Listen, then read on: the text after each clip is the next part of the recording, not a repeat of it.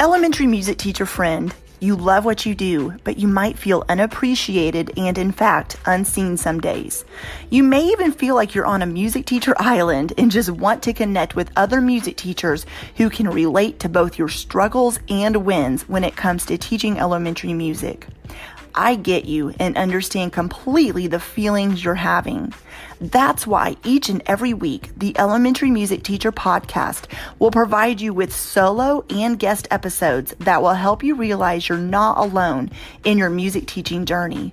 Throughout each episode, my goal is for you to be able to walk away with actionable steps and ideas to help you feel like you're ready to take on the new week with whatever challenges may be thrown your way. Hi, I'm your host, Jessica Peresta, and I'm so glad you're here. Whether you're at home, in your car, in the shower, or wherever else you're listening, grab your cup of coffee or whatever other beverage is nearby and listen in to the Elementary Music Teacher Podcast. Hey friend, I am so excited to invite you to a free 3-day challenge called the Reflect and Renew Challenge. In this free challenge, you'll begin to think about teaching elementary music in a new way. In just 3 days, you'll go from feeling overwhelmed to confident and will surround yourself with other music teachers who will support and encourage you. Day 1 is all about reflecting. You'll reflect back over where you're at in the school year and identify the highs and lows, no matter if you are joining this challenge at the beginning, middle, or end of the school year. We start with reflecting first in order to move forward successfully. Day 2 is all about processing. You'll process through what it is you need to focus on to make your music teaching situation successful. Then day 3 is all about renewal. You'll break through mindset beliefs while setting goals and action steps to help you meet them. Each day of the challenge, I will go live inside of the challenge Facebook group. You'll be getting a daily challenge email that will contain action steps for you to take, and you're going to get to know other music teachers who can encourage you and support you along your journey.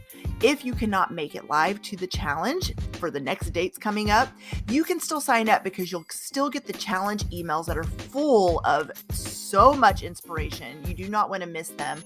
So still sign up. And also you can watch the Facebook Live replays if you can't make those live as well.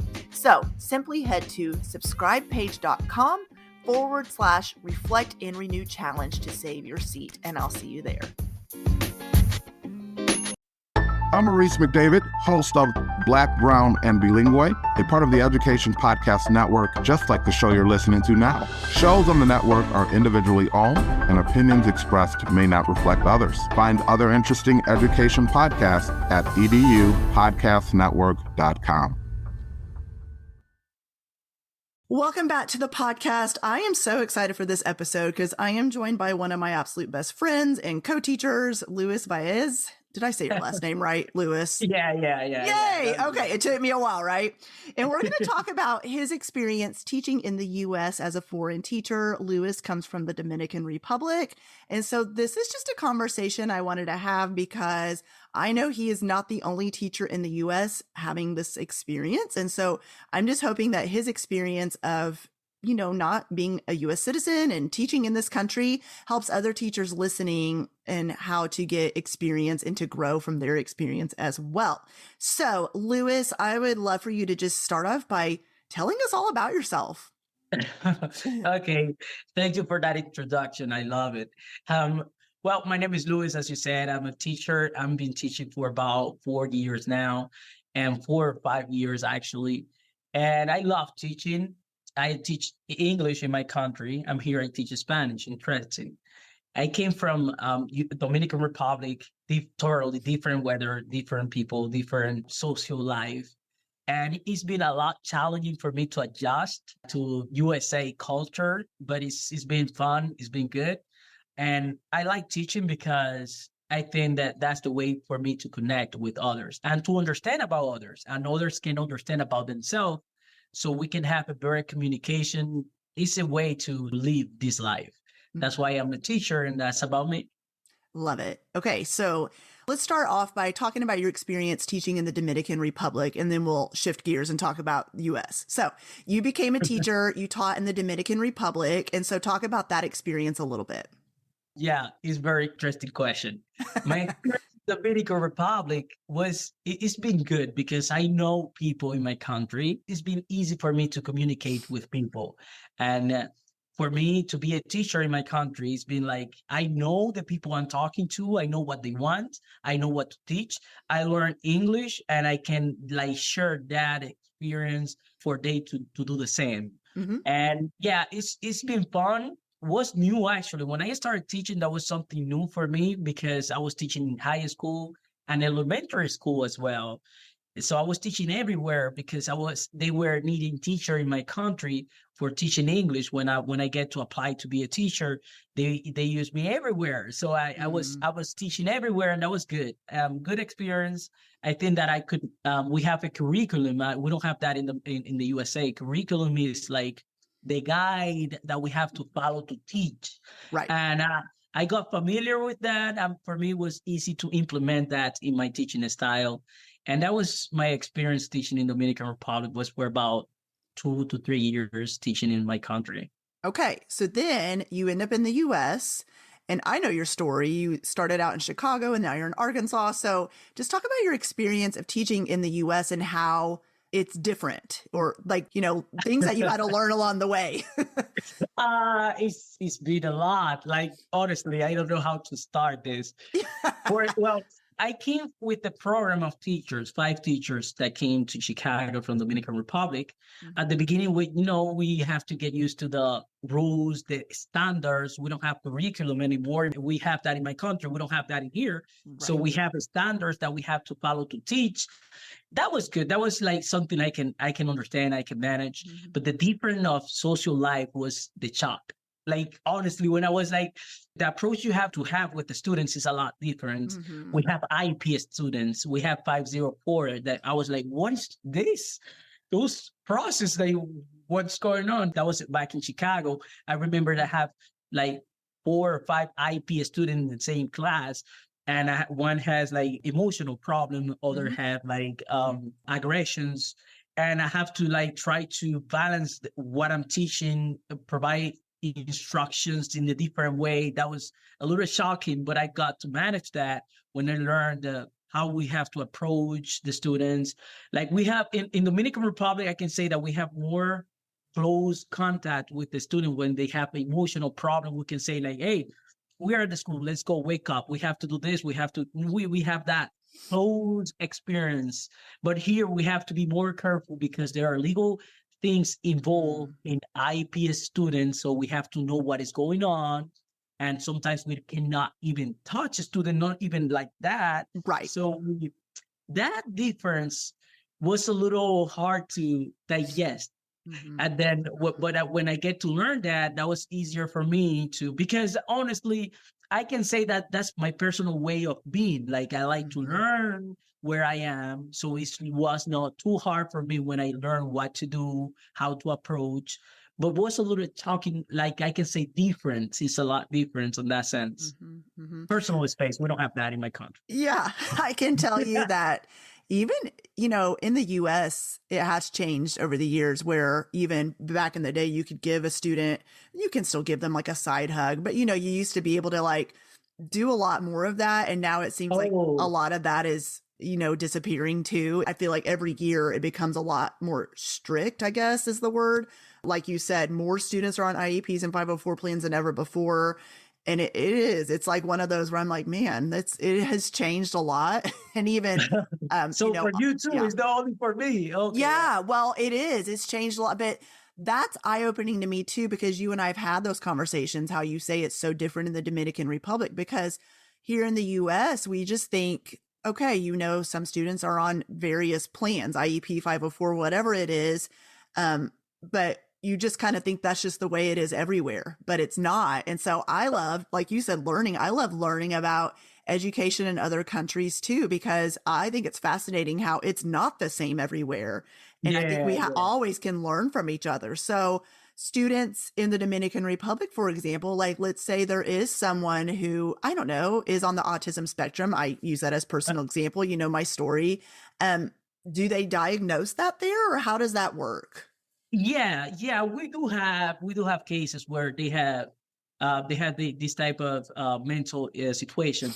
Okay. And what we do is like there are some special schools for those students, and if there is no any diagnostics of what is going on the student, and we found that we have a issue, behavior problems, we talk to the parents like, hey, this is what's going on. We have that we don't use that many emails. We call the parents. Yeah, they go. That's something that was actually a lot for me to understand here. We email everything. We do email. We record everything. It was not like that in my country. Yeah. We call the parents. They show up at the school. We have to talk to them. This is what's going on. And if that continues, we have to stop. Like this, we have to have the students at the house for about 2-3 days, so they can understand that they are at the school, and they can miss the school and come back with more energy to readjust to the school. But we have consequence when there is a behavior problem. Consequences like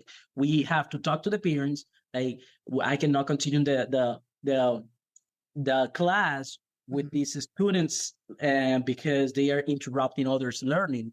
So we have like a more clear conversation about that, and we adjust the strategy or the method we use to continue the teaching process. But here we have like those IP programs that we have to read everything that is there. We have to email. We have, it's a different process of approach.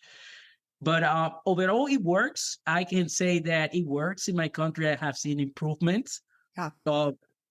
A lot of students that have this type of mental situations in which we have to intervene and try to do something else. We have more power of what to do and who to talk to, in the sense that we can put our personal thing like to help the students a little bit more. Yeah, I love that. I feel like sometimes you have good parental involvement, and parents are very involved, and you can call them and they will come up. I'm thinking of my previous school experience. We've talked about both of our experiences, and there were some parents that I feel like I could call and they would come up to the school. And then there would be some parents I would call and say, that wasn't my child. And you're like, what? I just watched them, throw this chair or whatever it was. And I'm like, so, it's mind boggling to me, because on the parent side of things, I am that mom that I'm like, I get a phone call. I'm like, nope. It's so I don't know. Yeah. That's a whole conversation for another day. You and I get to work hand in hand every day, and our desks are literally right by each other. So it's really fun. We kind of share an office space. And so would you say, for a teacher coming to the US and learning, like you said, a new way of doing things in a school setting, and not knowing the culture here and all those things, is having not just me, but anyone else, like your friends, you have some family here and things like that, is having a support system really important as you're teaching in a new country? Yes, honestly, it's very, very important. And that support system has been you, honestly. Like, you are next to me, and you've been helping me with, like, we are having both at the same, almost similar experience. We are at this in the same area working, and having you helping me with whatever new you are learning. Like, it's been a lot more than what I expected. And it's been helping me a lot to feel better about what I'm doing, feel comfortable with what I'm teaching, because you are going through the same experiences. Even though you are from this country, you understand more about the culture than me. So I'm not afraid of asking you a question about whatever I need. And you are always open to talk to me. It's been a lot. It's been a very good support. I think that a support system helps teachers to feel like a family, and that helps a lot, because sometimes you have to feel like you are comfortable teaching, so that you can bring the best for the students. Having a support system is very, very important. And I think that if you tell me how it's been the support system at the school, it's been good, but having the same experience in the same area, it's been more than everything else, because we can share, and you've been helping me to feel like I'm back home. I have somebody that understands what I'm going through, and let's work, let's get this done. And that's been you on this case. And I appreciate that. And I love that experience, honestly. Yeah. So a teacher, maybe they're not, maybe they're teaching a different subject. Like, maybe they came to the US and they're teaching English, or they're teaching math, or they're teaching whatever other subject area. Would you encourage them just to find another teacher I know sometimes that takes time to build those relationships, but finding another teacher that they can talk to and ask questions to and just, yeah, like try to find that support system. Yes, yes. It's good for a teacher that is being from another country here in the USA to find that teacher that is new or is going through the same experience or have more experience with the students than you. Do not be afraid to approach. And I recommend people I recommend schools that if you get a new teacher from a different country, try to ask questions, open questions to see how you feel doing this. Do you used to do that in your country? How do you approach the students so they can like relate the experience we had previously to what we have now and try to adjust. So for having a support systems, it would be a lot different. Like the teacher will be comfortable. You will have more more achievement from the teachers because we have somebody that support us that make us feel familiar with what we are living now. Yeah. So that's very good, interesting. Yeah, that's good. So I know you have made sacrifices with being away from your family, and you are very good about FaceTiming them and Zoom calls and all the things. But how have you coped with being away from your family for so long? Oh yeah, that's it's like honestly, we are never ready. So we think that it's going to be that way when we came here. We are going to have like the best experience ever. It's good experience, but it's different. We are far from our family. We feel like the culture shock, the social life is totally different. What has been helping me to cope with that is to be in contact with my family. So I never forget who I am. So I'm always calling my mom, calling my father, calling my baby, calling everyone that I can. So I always I keep that energy, personality. I do not forget who I am because people tend to do the opposite of that. When they come here to the USA from a different country, they lose connection. And then you lose who you were when you were in your country. You lose the dream you have when you were in your country. So keeping that connection and building new connection help you to not forget who you are and to learn something new or from the place you are. So I recommend from people from other countries teaching here in the USA that you keep contact with your family. If you don't have contact when you were in your country, try to build them because that helps you to cope with everything you have to in here.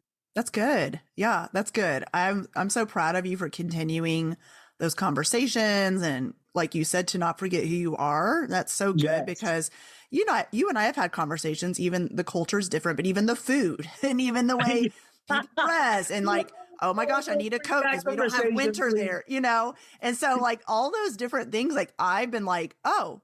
What are some examples? I'm trying to think now. You were trying to talk to me one day about a certain food, and I'm like, what is that? Like, what was it? You cooked something, and I was mind blown. Like, what? Honestly, it's a lot harder for me to talk in English about the food we have because we have different names, we have different seasoning, we have a lot of different things. So I rather learn from what you have from me than to explain what I had in my country. Rather than show you a picture. This is what I mean. Yeah. Well, one thing I can say from working with you is one thing I've learned is patience, but also just like you said, understanding goes a long way. Understanding that you're not going to know all of the phrases and the sentences and the way we do things. And, just you're having a conversation and you can tell sometimes like you're not understanding everything going on just because of the language difference even. Yes. And so having, we were talking about the support system. My encouragement is also someone teaching in the US that's not from here.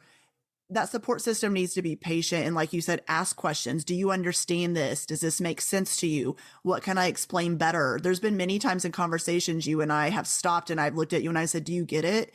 And it's not, and I've told you this, it's not because I don't think you're competent or that you don't, like you're not smart. It's just because I can tell sometimes even certain words, you're like, what does that mean? And we take that for granted. We're just like, have a whole conversation. But for someone like you who's still learning the English language, and it's sometimes like you forget that. And so patience and understanding and asking clarifying questions is huge, I feel. Yes, you went right to the point that we as separated teachers, we tend to not ask questions because they will think that you don't know what you are doing, or they would think that you are not capable enough of keeping the job. We have to forget about that. We are from another country. We are still learning. We have a new language. We have, our brain is divided in what we are understanding. So make sure you ask clear questions. I don't understand that word. What is that exactly? What is this? Right. I have talked to my principal, and the first thing I said is, sometimes I'm not understanding what you are saying because of the language barrier. Yeah. So I may ask you some questions about what we are talking, so we can rephrase, or make me understand exactly what's going on. Right. Keeping that position as a foreigner is very important, because we tend not to ask questions thinking about they will trick me differently. They will not, they will understand that I'm not understanding. So it's fine. It's fine. And you have to, that build confidence in you by asking what you want to talk about. I mean, what you mean, and that make other people to understand that you are trying to learn a new culture, new language, that you are here first time, and that you need that support. That help both ways. You to have patience, me to understand better, and to get familiar with the culture and the system. Yeah. Well, and every teacher asks questions. And so, like you said, don't feel like by you asking questions means that you're not, an expert or know what you're talking about. I ask questions all the time. Like you said, our principal is probably like sick of the questions I ask. But also, I was thinking about when you're teaching Spanish to our students at the school, and the way you're teaching them Spanish, a lot of it is repetition and repeating the words. And so same for you when you're learning new words or phrases, and you're like, oh, that's what that means. So the next time it comes up in conversation, is that what happens sometimes where you're like, oh, okay, I remember that now? Yes. Sometimes I do not remember, but most of the time I remember what I have learned based on the context. And let me tell you this, it's something that not everybody say. When you come from another language and you're trying to understand English, there are a lot of things that you don't understand, but you then get your mind straight when based on the context. So you get like you say, oh, right, that's what she's saying, that's what he's saying. Oh, okay, I understand. But sometimes there are words that you don't understand, and you have to say, like, I don't understand that. What are you talking about? But for me, and the now that you said about my teaching style, for me and the connection with the students, it's been a little challenging. Sometimes they say, teacher, what is that? You don't say that. I remember I was saying her, and it's not like that. You say hurts. With, I was like, oh, okay, I will repeat after you, and I try to, just to not feel uncomfortable when they are correcting me. That's something important that teachers, from foreigners, teachers, they have to understand, that you have to make it like positive when you are learning from the students. Sometimes there are teachers that they don't want to be corrected from the students. But if you are from another country, that will happen a lot. They will say, teacher, you don't say like that, you say like this. And you have to, all right, let's go like that. All right, let me repeat after you, and let's go with the class. So you don't have that, like, that could be weird, students telling you like what to say, you see? So you have to make that a positive impact in the class. And thank you that you mentioned that. It's very interesting. Yeah. Well, I'm thinking of a specific example right before Christmas, and you had Santa's bag and you were pulling out different items, and then you showed them coal, but you said you were teaching them rock in Spanish, and the kids kept saying coal, and you're like, what's coal? Rock. And then it went back and forth. And finally you were like, I think you looked at me or Julianne, who's our drama teacher, and you're like, what's coal? What's coal? And we were like, oh, coal is. And so like, I love that you said that, because you could have been offended and been telling the kids, it's a rock. And like, that's it, we're moving on. But you took that as an opportunity when they're all saying the same word to go, what are they saying to me? And so that was just a simple example. It made me think of that.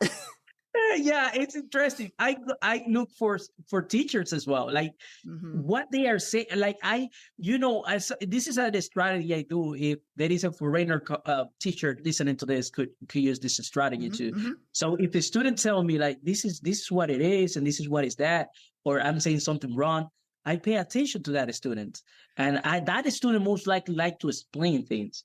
So Mm-hmm. when I have a situation and I don't understand in other students, I get like, come here. That's matters for me. That's a student I have. Madu, come here. Yeah, What is he saying? And he tried to explain to me what is going yeah. on.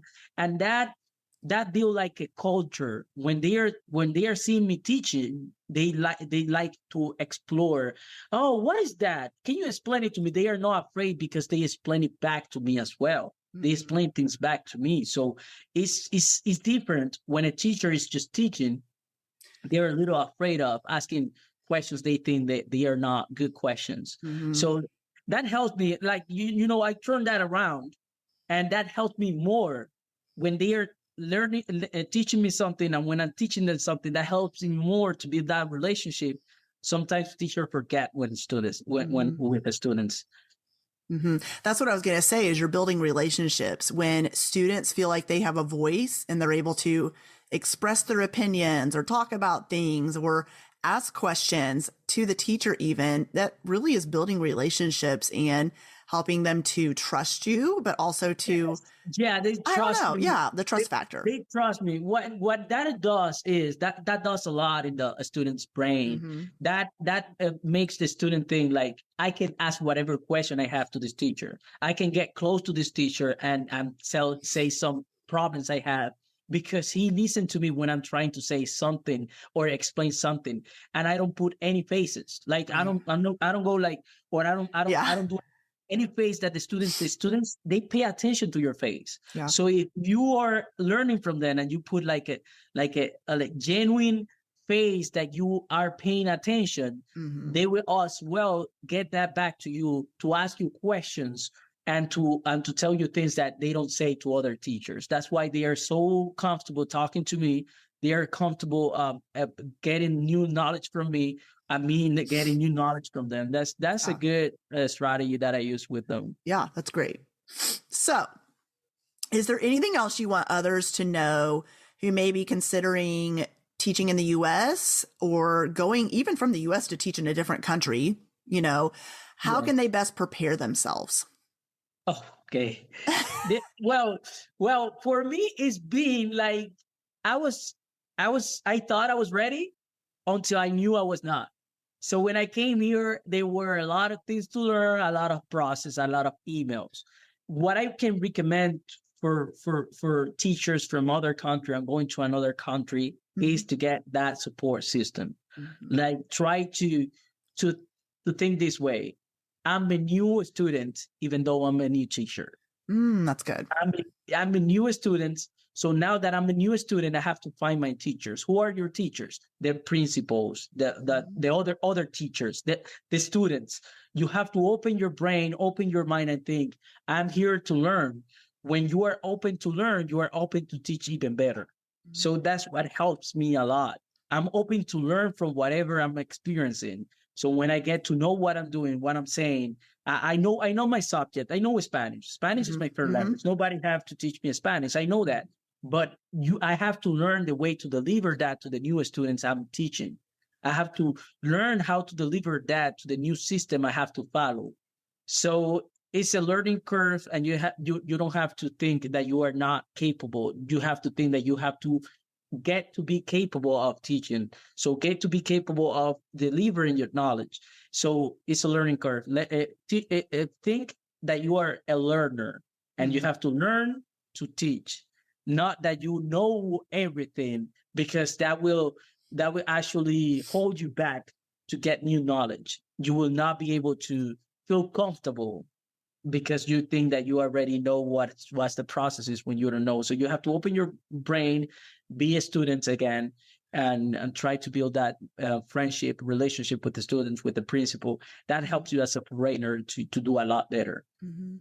I love your perspective on that because, whether it's a teacher that's new to the US or not, there's different teaching styles. There's some teachers that are like, this my way. Nobody's giving me opinions. I don't want to, but you and I are very similar in that way where I'm also new to the school this year, but at other positions I've been that way too, where don't go in, like you said, your content. I know how to teach music in my sleep, but at the same time, I don't know the way this school does things, and I'm learning from other teachers and the students in the classroom setting and, my colleagues and other things. And so I think that's important to remember for any teacher. Maybe you're at a new building or a new school, or maybe you moved from one of the states in the U.S. to a new state, or maybe it's a new country. Different. Yeah. And so I love that you said that. You said, be a student, not just a teacher. I think that's so important, because going in with a growth mindset, like we teach students to have, is so important, that you're learning right along with your students, and that's okay. And that every year after that will get easier and better. So, yeah. And I say that also because how can you be a good teacher to teach people how to learn things if you don't know how to learn? So you have to be open how to learn, how to be better, how to do things. Like when you go to my class, I have a little thing of everyone. Like, and sometimes I'm passing by your class. I say, oh, I can use that material. I use that. I go to Julian's class, somebody else that at the building, and I see, like, I can use that. I ask them, like, how do you do this? What materials do you use? All right, I can put my style and use a little of everyone and do better. And that's something that helps a lot and makes the difference when you're teaching. I had a mentor teacher tell me once to steal ideas. And I was like, what? And she said, no, seriously. But she said that not just from music teachers, but other teachers. Any teacher you see, you're going to see things that they're doing, or the way they're teaching something, or a cool idea. And you're going to be like, oh my gosh, I could totally use that. That happened with me when I saw a kindergarten teacher a long time ago doing centers in her classroom. And I remember thinking, I wonder if I could do centers in the music room. And I have plans this coming school year to do that. But I went, how can I make the kids, like, in small groups, do centers activities in music where they would be doing it in math in that classroom? And so, like you said, see ideas that are working and steal those, and then reframe it for your classroom. Yeah. Yeah. Why not? Why not? I remember I was thoroughly lost when I came to Chicago. I was totally lost because there were too many IEP students in my class. I didn't know how I can control somebody that was emotionally uncontrolled, and he was so angry all the time. I was like, how can teachers do this? I cannot touch that student because there is legal issues, IEP on that student. So, but he's not letting me teach. And I talked to the principal. I said, hey, can I go to somebody else's class in my free time to see how they do? Yes. And they say, of course. And you know what is interesting? That the principal told me, nobody have told me that before. Really? I was like, wow. But that's the logical thing to ask when you don't know what's going on with your students. But so I went to another teacher that was a math teacher. And I went to the room, and I was looking at the process, how it is, how it goes. And I said, like, oh, this is interesting. He used to provide a lot of details before starting the class, so they don't have any time to think about emotions, about things outside the class. So providing the instruction was the way. So I was lacking on that. So when I started the class, I said, like, we're doing this, we're doing that. They don't have any time to think other than the time to think about the class. Right. So that was the strategy that helped me. But it's interesting that I asked that question to the principal. Nobody have told that to the principal, not even a new teacher. I was like, okay, that's interesting. So we have to be open to help ourselves. Like, go to the principal, tell them, like, this is what's going on. We're humans, right? And that helps me to be just clear with what I think, what I need. Yeah, I love that. Like, listening and sitting in on other classrooms is so important. You and I have both talked about teaching the little bitties, like we're teaching this year. It's kind of new to both of us. And Miss Sarah, if you're listening to this, we sit right next to this K4 teacher's classroom. And one thing I'm telling you, even without sitting in her classroom, I have learned from her is she has so much patience.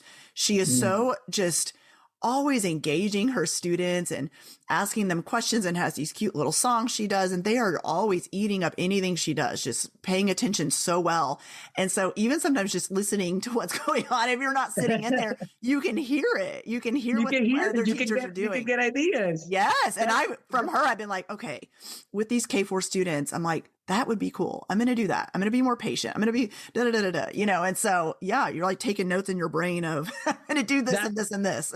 That's a perfect strategy to be better at teaching all the time, because you are always open to learn from others.